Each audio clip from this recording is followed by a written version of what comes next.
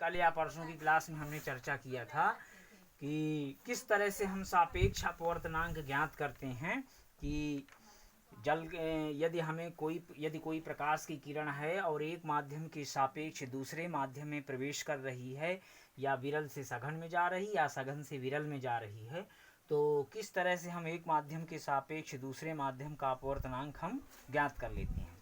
तो हमें प्रश्न में पहले दिया है, जो चीज़ें हमें प्रश्न में दी हुई हैं उनको पहले हम स्पष्ट रूप से लिख लेते हैं।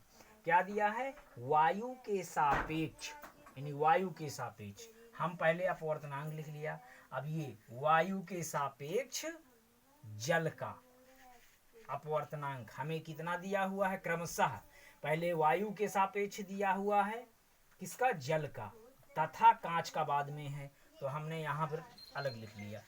ये वायु के सापेक्ष ये कांच का, ये दोनों की वैल्यू हमें दी हुई है, दोनों की वैल्यू हमें दी हुई है कि वायु के सापेक्ष जल का अपवर्तनांक हमें दिया हुआ 4/3 तथा वायु के सापेक्ष कांच का अपवर्तनांक हमें दिया हुआ है 3/2। हम वैल्यू यहाँ पर रख देते हैं, जो मान हमें दिया हुआ है 4/3, और ये इधर वायु के सापेक्ष कांच का अपवर्तनांक हमें दिया हुआ है 3/2।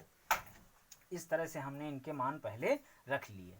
अब इसके बाद हम क्या करेंगे कि जो प्रश्न में आगे पूछ रहा है, जल का कांच के सापेक्ष अपवर्तनांक ज्ञात कीजिए, यानी जल का कांच के सापेक्ष, जल का कांच के सापेक्ष, तो जल का कांच के सापेक्ष,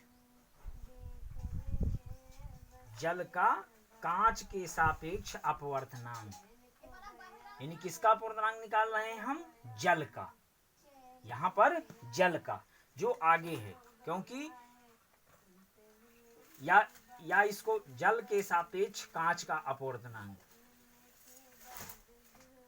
तो अब हम ये बराबर ऐसे लगा दिया, और इसके बाद हमने क्या किया कि पहले हम क्या करेंगे कि जो प्रकाश पहले हवा से जल के बीच में रहा, क्योंकि हमें पहले यहाँ पर ज्ञात क्या करना है? जल का कांच के सापेक्ष, यानी जल का कांच के सापेक्ष अपवर्तनांक ज्ञात करना है। तो पहले हम यहाँ पर ये देख रहे हैं कि जहाँ पर जो वायु के सापेक्ष अपवर्तनांक है जल का है, उसको हम पहले रखेंगे, यानी कि Na air to water, N air to glass, यानी पानी वायु के सापेक्ष जल का अपवर्तनांक बटे वायु के सापेक्ष कांच का अपवर्तनांक। और इस तरह से हमने क्या किया कि जो वैल्यू हमें दी हुई है 4/3, बड़े सरल सवाल हैं ये, 3/2, और इस तरह से हमने 4/3 गुणे 2/3 बराबर ये हो गया 8/9, अर्थात जो जल का कांच के सापेक्ष अपवर्तनांक आ गया वो कितना हो गया हमारा? 8/9 हो गया।